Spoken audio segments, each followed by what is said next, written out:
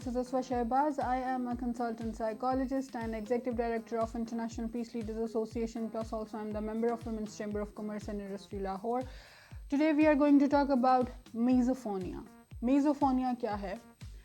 अच्छा, मेरे पास बहुत दफ़ा पहले जान लेते हैं कि मीज़ोफोनिया क्या है। मीज़ोफोनिया का जो डायरेक्ट रिलेशन है वो आपके ब्रेन से है। आपकी ब्रेन की हाइपर सेंसिटिविटी से इसका रिलेशन होता है। फॉर एग्ज़ाम्पल बहुत सारे लोग कई दफ़ा कंप्लेन करते हैं जी कि मुझे किसी के सांस लेने की आवाज़ से इरिटेशन है, मुझे हवा की आवाज़ से इरिटेशन है, बहुत ज़्यादा इरिटेशन है, मुझे किसी के खाने की आवाज़ से इरिटेशन है, च्यूइंग की जो आवाज़ होती है नॉर्मली, और मुझे जो है वो अगर नेल के ऊपर कोई स्किन के ऊपर अगर कोई स्क्रैच करता है या कोई किसी सरफेस के ऊपर कोई स्क्रैच करता है तो मुझे उससे बहुत ज़्यादा हाइपर सेंसिटिविटी फ़ील होती है। मैं बहुत ज़्यादा एग्रेसिव हो जाता हूँ या हो जाती हूँ। मेरा दिल चाहता है कि मैं उठ के वहाँ से चला जाऊँ या इस तरह की चीज़ें। तो ये hyper sensitivity of your brain is called misophonia. This is a disorder which is psychological disorder and ये बहुत सारे लोगों में होता है, लेकिन अनफॉर्चुनेटली जो है इसका ट्रीटमेंट अभी तक कोई क्रिएट हो नहीं पाया, पॉसिबल नहीं है, सिवाय इसके कि इसका एक ट्रीटमेंट है जो मैं आपको वीडियो के एंड में बताऊंगी। सो मीज़ोफोनिया एक्चुअली क्या है? मीज़ोफोनिया हमारे ब्रेन के अंदर एक इंस्यूलर कोर्टेक्स होती है। इंस्यूलर कोर्टेक्स जो है मीज़ोफोनिया के पेशेंट्स में 30% ज़्यादा जो है वो एक्टिव होती है as compared to normal people. Britain के एक लैब में कुछ साइंटिस्ट ने एक प्रैक्टिकल किया था। मीज़ोफोनिया के कुछ पेशेंट्स उन्होंने एक्वायर किए थे और कुछ उन्होंने नॉर्मल जो पीपल हैं उनको जो है वो कॉल किया था उस प्रोजेक्ट के लिए। अब सीटी स्कैन किया गया उन सब पेशेंट्स का। 4 were misophonias patient and 4 were normal people. तो उनको सीटी स्कैन मशीन के अंदर जो है वो उनको भेजा गया एंड इस बात को उन्होंने मॉनिटर किया कि मीज़ोफोनिया के जो पेशेंट्स होते हैं उनको जो नॉर्मल आवाज़ें होती हैं, जो मीज़ोफोनिया के पेशेंट्स हैं उन्होंने प्रैक्टिकल ख़त्म होने से पहले ही कुछ ने शाउट करना शुरू कर दिया मशीन के अंदर, और जो है उन्होंने ये रिक्वेस्ट करना शुरू कर दी कि हमें इससे बाहर निकाला जाए, या ऐसी चीज़ें जो है उन्होंने मॉनिटर की। एंड दूसरा, मीज़ोफोनिया के पेशेंट्स जिन्होंने इस तरह की कंप्लेंट्स नहीं की, उन्होंने बाहर निकल के मशीन से प्रैक्टिकल के बाद उन्होंने ये रिपोर्ट किया कि हमें जो बिल्कुल छोटी छोटी मशीन की आवाज़ें होती हैं वो इस तरह से फ़ील हुई जैसे कि कोई बहुत श्रिल कोई शाउटिंग कर रहा होता है, या कोई गाड़ी बहुत तेज़ी से गुजर रही होती है, या कोई सुइयाँ हमारे दिमाग में चुभ रही होती हैं, और बहुत ज़ोर की आवाज़ें आ रही थी, जबकि नॉर्मल लोगों ने इस तरह की कोई चीज़ जो है वो रिपोर्ट नहीं की।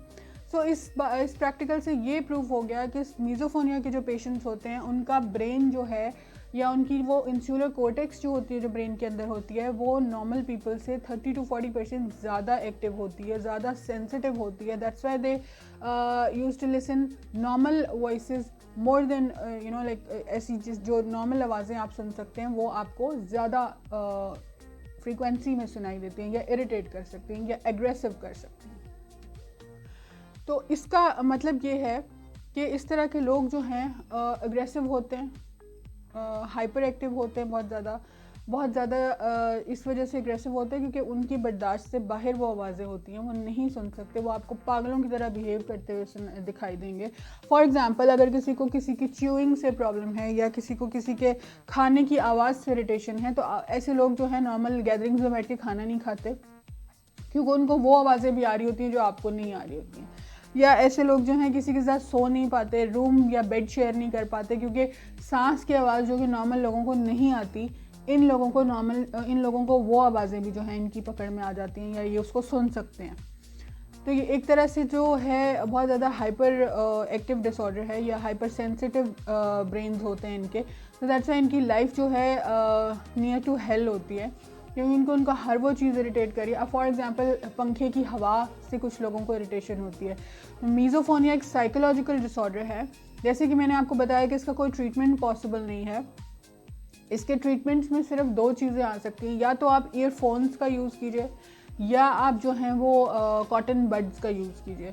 नॉर्मली हमारे पास अगर ऐसा कोई पेशेंट आता है तो हम उनको यही रेकमेंड करते हैं कि आप कॉटन बड्स का यूज़ करें। पेशेंट कहते हैं जी मैं हर वक्त गाने तो नहीं सुन सकता, मैं हर वक्त ईयरफोन्स तो नहीं यूज़ कर सकता, मेरे कानों में स्वेलिंग हो जाती है या इचिंग होना शुरू हो जाती है, या ड्राइनेस हो जाती है। तो उसके लिए मैं क्या करूं? उसके लिए सबसे कॉमन सॉल्यूशन ये होता है, इस चीज़ का ये होता है कि आप जो है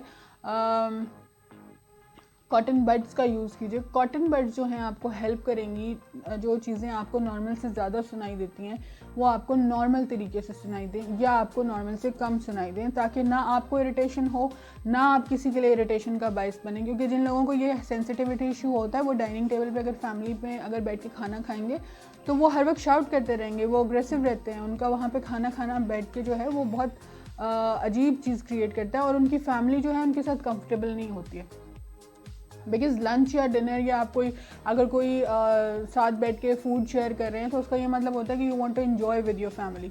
लेकिन अगर आप सिर्फ बैठ के वहाँ पे हाइपर हो रहे हैं या अग्रेसिव हो रहे हैं या आप कह रहे हैं कि तुम्हें खाने की तमीज़ नहीं है, इस तरह की बहुत सारी चीज़ें जो है हमें फेस करनी पड़ती हैं। तो इस तरह के लोग जो होते हैं एंटी सोशल हो जाते हैं। अब इनका सोल्यूशन मैंने आपको बता दिया क्या होता है। कोई भी थेरेपी या कोई भी रिलैक्सेशन ट्रेनिंग जो है इसका सोल्यूशन नहीं होती है, कोई भी काउंसलिंग इसका सोल्यूशन नहीं हो सकती, क्योंकि जब वो आवाज़ आएगी तब ये इरिटेट होंगे, जब वो आवाज़ आएगी तब ये अग्रेसिव होंगे। तो ईयरबड्स का यूज़ कीजिए, ईयरफोन्स का यूज़ कीजिए।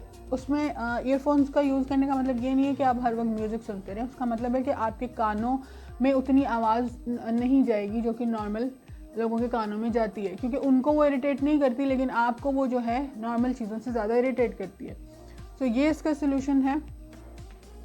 मेरे पास एक क्वेश्चन आया था कि मीज़ोफोनिया क्या है, इसको एक्सप्लेन कर दीजिए। तो ये इसका एक्सप्लेनेशन है। इससे रिलेटेड और क्वेश्चंस हों या ऐसे कोई और डिसऑर्डर्स हों जिनके बारे में आज तक आप नहीं सुना है तो डॉक्टर्स टॉक पे आप इनबॉक्स कर सकते हैं। मेरा फेसबुक पेज है साइकोलॉजिस्ट एडवाइस के नाम से, उस पर भी कर सकते हैं। प्लस मैं जो जितनी भी सोशल मीडिया ऐप्स हैं जैसे टिकटॉक है, स्नैक ऐप है और इंस्टाग्राम है, हर चीज़ पे मैं अवेलेबल हूँ। अगर आपको अपॉइंटमेंट बुक करना है you can book your appointment there. Thank you very much for watching Doctor's Talk and for liking Doctor's Talk. Please spread the videos for the wellness and awareness, because लोगों को psychological disorders के बारे में बहुत कम awareness है और जिसकी वजह से हमारे social relationships ख़राब हो रहे हैं। So please spread my message. Thank you very much.